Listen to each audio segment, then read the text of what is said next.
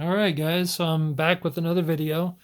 Um, since I've came out of King James onlyism, I have been really struggling on the Bible to use. What translation what translation am I going to use? And then after looking at many translations, which I really love, there's about oh goodness, my top three translations that are not King James that I love oh goodness, there's four.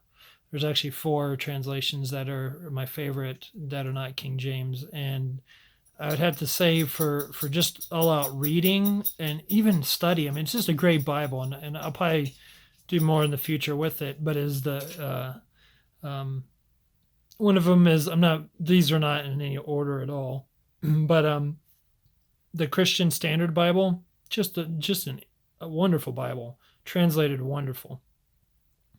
They use what's called optimal equivalence, which like you have. Let me use this as an idea here. What they have is you have like say this is word for word like the NAS, KJV, ESV, and then you have over here which is thought for thought translation. What they did was optimal. In other words, wherever they could do word for word and it'd still make sense, that's what they did. So it's still a word for word translation, and they don't even claim that. They do in a sense, but they don't claim it as much as they should. And then where they have to take a saying that's in the Hebrew that would make no sense to us, that's when they go over here more to this area, not too far, but over here where we can understand it. But guys, it's just a great translation, and I haven't given it enough consideration in my videos. I haven't said enough about it, but CSB is just great. And then my another one would be, of course, the ESV, and I'll get into why I'm looking at this Bible. And then, of course, the NASB, and then the old Darby translation. If you haven't had a Darby, Youngblood prints them and binds them, and it's done by Kingston Bible Trust, and you can go. I think it's Bibles, etc. They went up in price. They're $92 now, but I think you do get like 3 or 4 ribbons. They've upgraded some of the stuff, so you still get that nice goat skin, the really good paper and everything, but they upgraded like the head and tail bands and the ribbons or something like that. So it's a little bit more. I think it's like $92, but you're getting like a easily $175 Bible for 92 bucks. And Bibles etc. is a ministry. They don't make money off of you, so figure that out. So those are my translations that I like. Of course, I'm going to love the King James. Always will love the King James and probably use it a lot. Definitely if I'm preaching or something, just because I have so much of it memorized. Which I'm going to be doing another video here soon on with, it's a fringe type thing of the Mandela effect, which is just a bunch of nonsense. But I'll be getting to that later. And if you guys believe in the Mandela effect, and you're curious about what I'm going to say, keep in tune. I think it'll be interesting because being in King James only is for 15 plus years, I can tell you if something's changed in it. And that's the Bible they usually try to attack. They even attack the new translations, but that's the one they try to attack and say these words have never been in there, now they are, and all this. It's just funny. Anyways, away from that. So those are my translations I really like. But I had to think, which translation am I going to use? And since Crossway's been such a blessing, Crossway's been a real blessing. And since I have so many ESV Bibles now, just from being able to review them, and then of course had that giveaway, which was fun, and we'll have another giveaway here hopefully soon. And just what a blessing they are to my family. I was able to help my wife and my daughter that have trouble with the King James, and of course there for a long time I was King James only, so they really struggled with the King James. Now they both have an ESV, and they can understand it really well, and it reads a lot like the King James. It's just up to date, and it's got it's I think a better translation in a lot of ways, and so I struggled with it because I like the NASB, which I still use for study and everything, and I might use occasionally. But here's the Bible translation that I settled on was the ESV. Okay, then the second thing was I got all these Bibles, and of course I give a lot away, but like certain ones I like to keep on to if I think I'm going to end up using them. And then if I don't use one, then I'll give it away. So I won't mark up in them or nothing unless I decide that's what I'm going to use.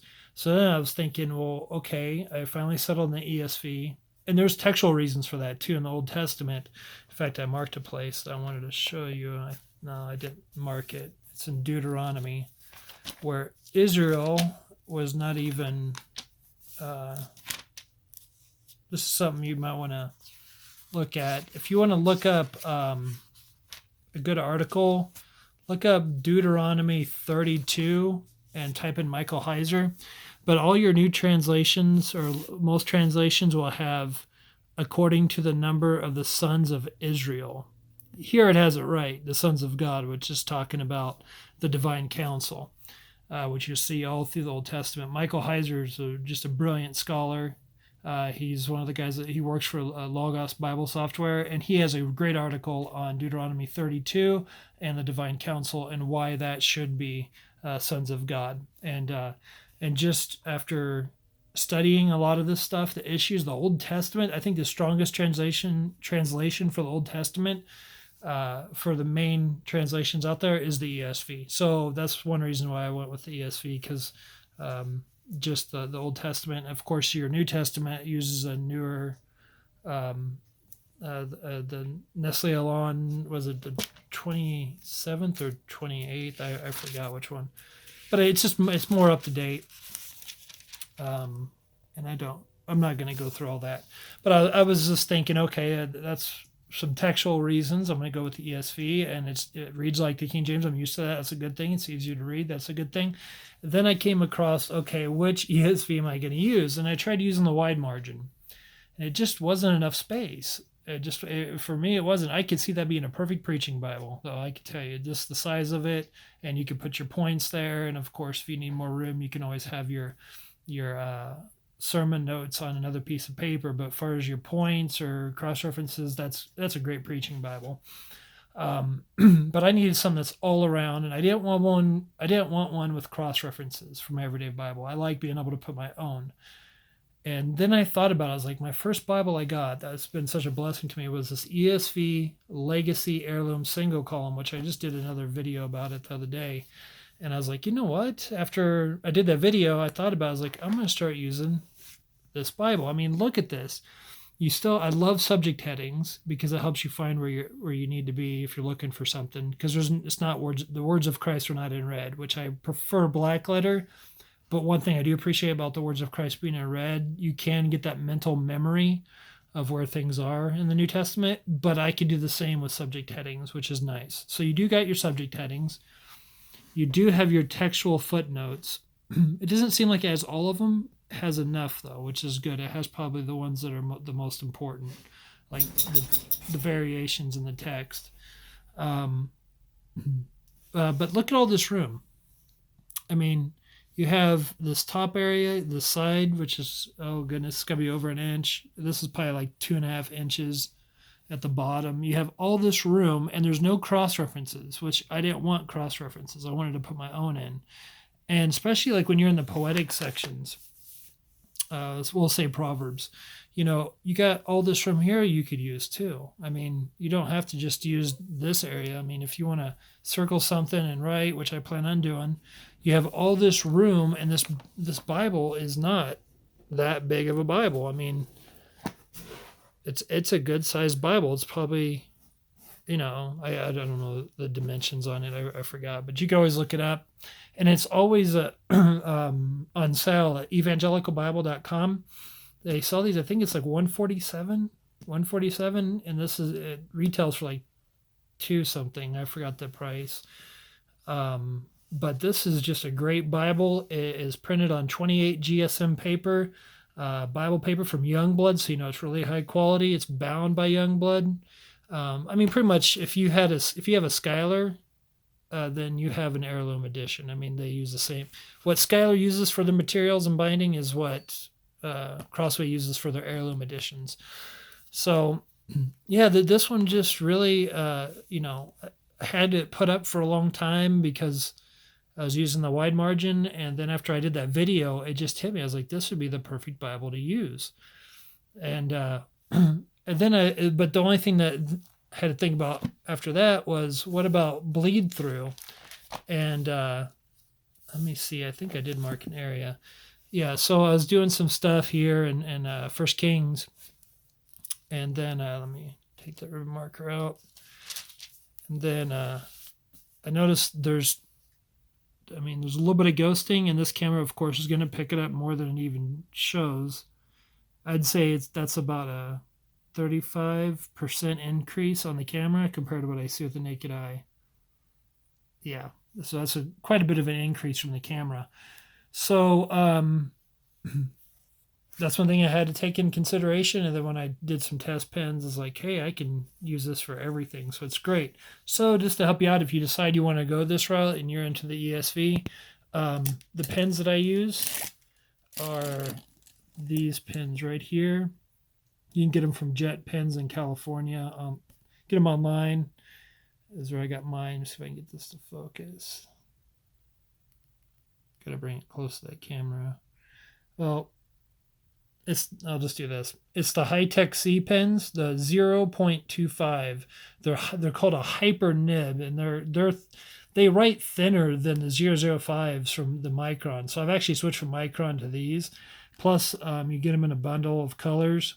And then for the cardstock in the back, where I want to write notes and I don't want to smear, I use this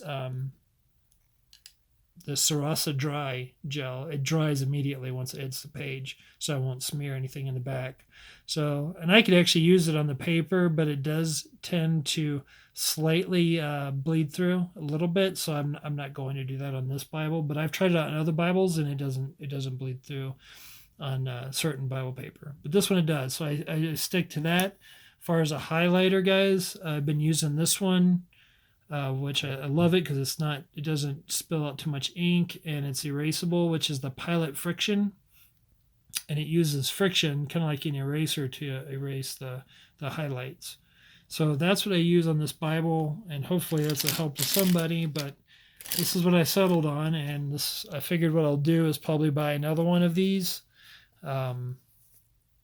here in the future sometime. I don't need it now, of course, unless the stock runs low, because I'd like to get another one, and I like this blue one. So if they have those or whatever, I'd like to get another blue one and probably get that in the future.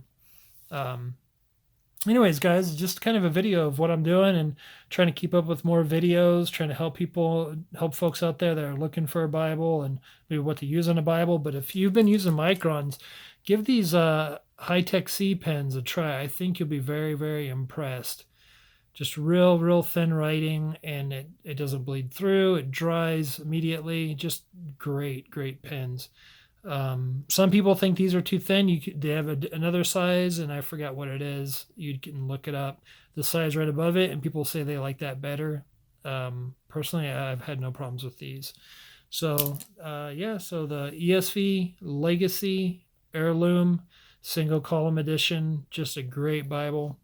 And this one is an Evangelical Bible exclusive if you want the ocean blue. And I guess that's it, guys. That's what I'm doing now. So hopefully that'll help somebody if they're looking for kind of like the one, which is, it seems like us Bible guys will never find Bible guys and Bible gals out there that are Bible fanatics. Well, I don't think we'll ever find the one, but we can get close. And this is the one I've settled on. So hopefully that's a blessing to somebody for the 50th time. But till next time, guys, good day. God bless.